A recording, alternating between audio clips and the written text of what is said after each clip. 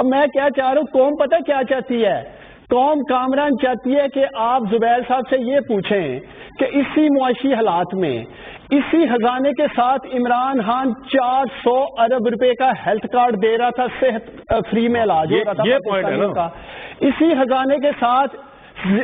خزانے کے ساتھ عمران خان 250 ارب کا احساس پروگرام چلا رہا تھا. اسی خزانے کے ساتھ 150 ارب کا کامیاب جوان پروگرام جس کی میں نے کیپ پہن رکھی ہے وہ چلا رہا تھا. اسی خزانے کے ساتھ 250 ارب کے گھر دے چکا تھا غریب آدمیوں کو. اسی خزانے کے ساتھ پاکستانیوں عمران خان نے جو یہ 3800 ارب پہ ٹیکس کلیکشن چھوڑ کے گئے تھے 6100 ارب پہ لے کے گیا. یہ ایکسپورٹ چھوڑ کے گئے 23.7 بلین ڈالر پہ، عمران خان 32 بلین ڈالر پہ لے کے گیا.